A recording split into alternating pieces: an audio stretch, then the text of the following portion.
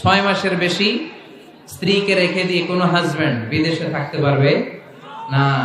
স্ত্রীর মতামতের গুরুত্ব দিবেন। অনেক স্বামী আছে বাজার করতে গেলে নিজের যেটা মন চায় ওইটাই কিনে, আসরা নাই। নিজে গরু খাবে, খাসি খাবে, খালি ওইটাই কিনে। আপনার বউ হয়তো পছন্দ করে আচার, পছন্দ করে জলপাই, আমড়া, এগুলো আনে না, আসরা নেই। খোঁজ খবর নেবে।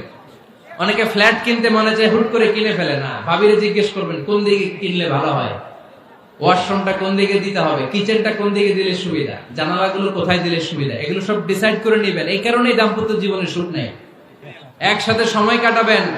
6 মাসের বেশি কোন লোক তার স্ত্রীর অনুমতি ছাড়া বাইরে যে প্রবাস জীবন কাটাতে পারবে না।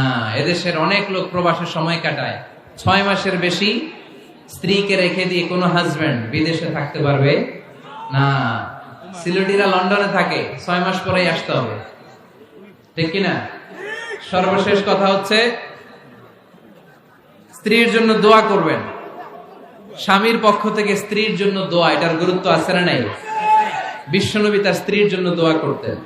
স্ত্রীর জন্য দোয়া করবেন, রব্বানা হাব লানা মিন আজওয়াজিনা ওয়া যুররিয়াতিনা কুররাতা আ'য়ুন ওয়াজআলনা লিল মুত্তাকিনা ইমামা। ও আল্লাহ, আমার স্ত্রীদেরকে, আমার সন্তানদেরকে আমার চক্ষু শীতলকারী বানিয়ে দেন। পড়েন আমিন।